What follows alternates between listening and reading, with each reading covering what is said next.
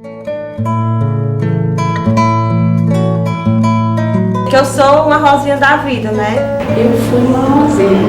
Eu fui uma rosinha. Eu fui uma rosinha. Eu fui rosinha, sério.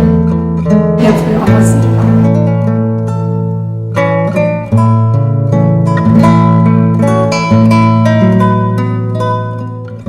Quando eu comecei na capacitação, eu me dei conta do que tinha acontecido na minha vida, né? Eu disse, puxa, eu fui uma rosinha. Me deu um estalo, né, que eu já... E fiquei muito angustiada, fiquei com vontade de desistir. Aquele Vidarzinho, ele assim, me mostra muito assim, a minha infância, sabe? Porque no vídeo não mostra a Rosinha sofrendo alguma coisa desse tipo, certo? Mas eu apanhei, sabe?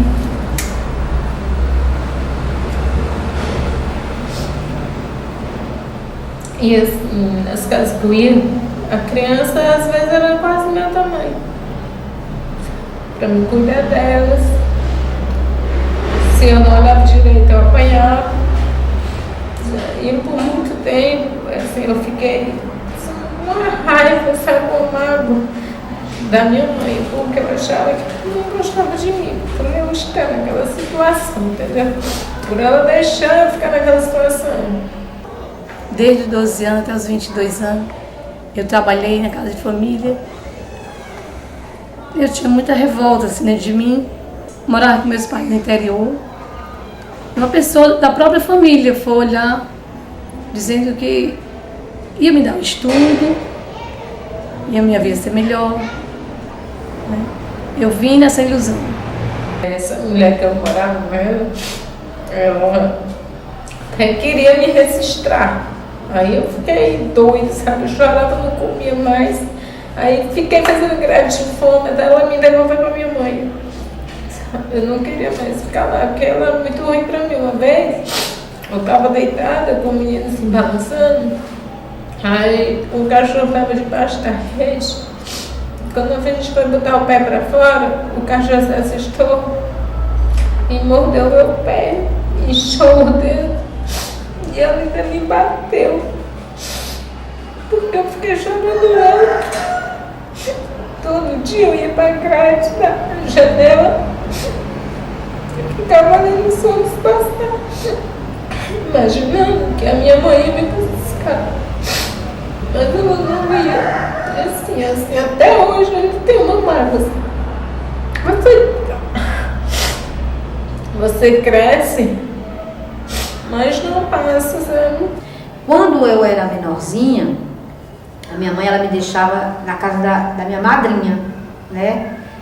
Porque ela trabalhava em casa de família e ela não tinha que me deixar, ela deixava na casa da minha madrinha. E aí a minha madrinha, ela me explorava, ela me botava para fazer as coisas, né? Na época que eu era muito pequeno, eu tinha que vir para a rua para pedir esmolas, às vezes até vender também sacolas, de me virar para levar dinheiro para casa, sabe? Então eu acho que isso é uma exploração, sabe? Hoje eu já tenho esse pensamento, né, que naquela época minha mãe fazia algo muito errado, sabe? Coisa que não deve fazer com a criança, porque eu acho que a criança, ela tem todo o direito de viver, tem o direito de brincar, tem que ter uma infância, né? E não estar trabalhando. Depois que eu saí dessa mulher, aí eu fui morar com uma madrinha também, que ela botava para vender bombom naquelas banquinhas de bombom que tinha lá na Praça Castro Carreiro, que é chamada Praça da Estação. E eu ficava lá o dia todinho e sem comer nada, porque eu não tinha direito de gastar o dinheiro que eu conseguia. E tinha um senhor que trabalhava perto de mim, também tinha uma banquinha, e a mulher dele vinha deixar o almoço todo dia. Aí ele comia e deixava uma metadezinha para mim todo dia.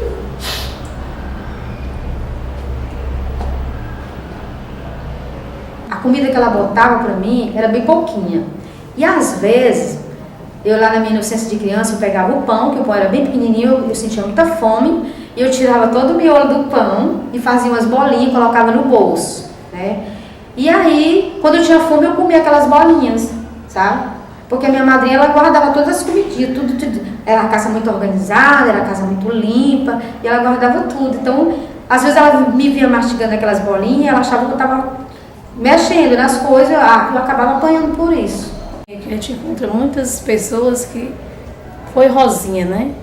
Um dia na vida. Inclusive tinha uma que tinha 2 filhas, trabalhando em casa de família, onde ela ficou muito emocionada pensando nas filhas, né? Ela prometeu, né? E a minha família era pobre. Aí eles foram lá para arranjar uma pessoa para morar com eles, que tem a mãe dele que aí é muito idosa, que é uma companheira. Na realidade, não fui companheira, fui tipo escrava. Eu, particularmente, eu fui uma Rosinha porque eu perdi minha mãe muito cedo e tive muitos irmãos, né? Então, meu pai é agricultor, então eu terminava ajudando ele, né? Ajudando ele lá na agricultura e nos afazeres de casa. Mas você é esse que menina trabalhar cedo vem trauma. Eu tenho sim. Eu tenho essa postura de gente forte, tudo, mas isso aqui como uma autodefesa para mim, que eu segui ao longo da minha vida, construir essa autodefesa de mim, gente forte, falou, sabe, assim, porque eu vi como que as pessoas falavam comigo, entendeu? Eu me senti uma coitadinha. E eu não quero me sentir uma coitadinha, sabe? Que as pessoas me olhem vendo que eu sou capaz de fazer um bem para pessoas, sou uma pessoa boa, mas isso aí não me fez ser uma pessoa ruim, não. Às vezes eu entender que jamais eu ia querer isso pro meu filho, entendeu? Ou pro meu sobrinho, alguém da minha família, ou por outra eu tá vendo uma situação dessa e eu tá sendo omissa, entendeu? Com essa situação. Não tinha tempo para estudar, não. E quando ia, aí disse, não, você pode estudar. E quando chegava a hora de ir pro colégio, eles gostavam de vir para casa e aí perdeu a hora de ir pro colégio. Aí toda a vida era assim, todo dia era assim. É através do estudo que você vai conseguir sair.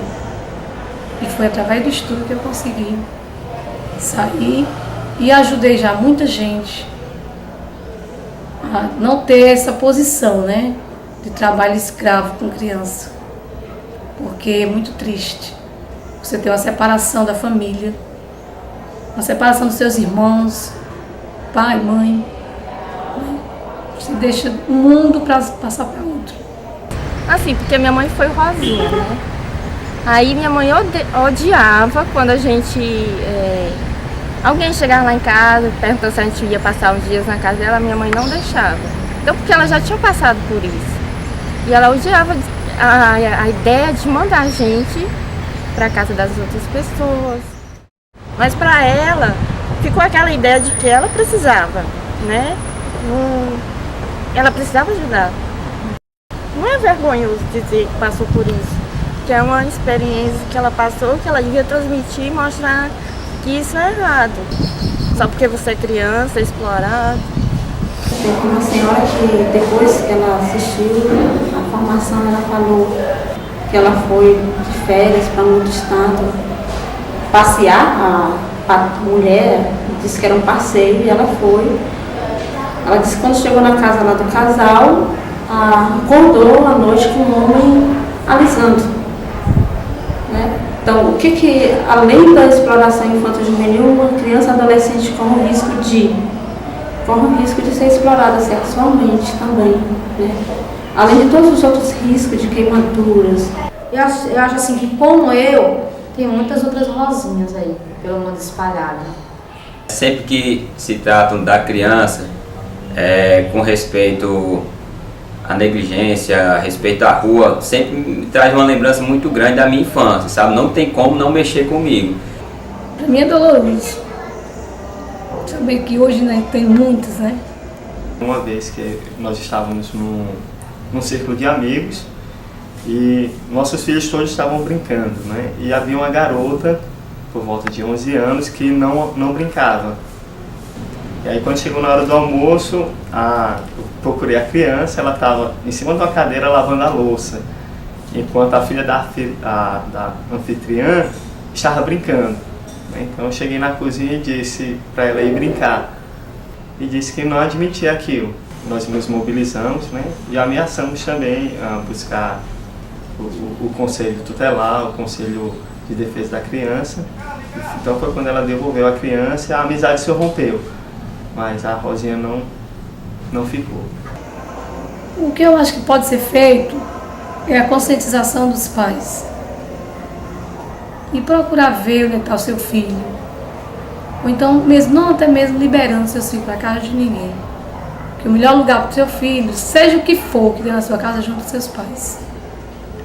Não longe. Eu acho que não seja assim, tanto a ajuda do governo, mas assim, com dinheiros, né? Mas trabalhar mais a família. Acho que o que está faltando é trabalhar a família, saber como vai direcionar esse dinheiro que está recebendo do governo. Como vai ajudar o seu filho. É a conscientização das famílias. A cuidar melhor do seu filho. Eu acho que deveria ser falado, ser divulgado, por exemplo, a Igreja Católica, sabe? Através das reuniões na comunidade, nas associações, com o seu vizinho, sabe? Você conversar na sua rua com as pessoas, juntar as pessoas e começar a conversar. Divulgar mesmo, colocar uns cartazes nas mercearias, convidando as pessoas para se juntar, para ir na comunidade, nas igrejas evangélicas, sabe? Porque assim, tem que as pessoas perceber a importância da criança na sociedade. O trabalho infantil, ele é inadmissível por vários fatores. Primeiro que ele rouba a dignidade da criança. A criança como ente, ela só se percebe como criança na brincadeira e no viver na totalidade desse momento que é a infância. Então é inadmissível roubar de uma pessoa isso. E a outra coisa que a gente tem que perceber é a humanização da nossa sociedade. É inadmissível uma sociedade que trata mal as suas crianças, como é que ela vai ter um futuro? Porque a criança frustrada, a criança arrancada dessa infância, ela não vai ser um adulto pleno nos seus direitos, nos seus deveres, na sua potencialidade. Então, é castrar no sentido freudiano da palavra, castrar o futuro da nossa nação, da nossa sociedade. Eu queria pedir para as autoridades, né, que olhassem melhor para essa situação, porque eles têm poder para que isso não continue acontecendo. Então, criar políticas públicas mais eficazes para estar combatendo o trabalho infantil. Porque se cada um fizer a sua parte, se cada um se importar, eu acho que aí, sim, tem condição da gente erradicar o trabalho infantil. Criança não trabalha, criança dá trabalho, tem que estudar e brincar, se divertir. As crianças são maravilhosas, esperança do meu país. Tem que estudar e não pode trabalhar, o estatuto é que diz. Tem que estudar e não pode trabalhar, o estatuto é que diz.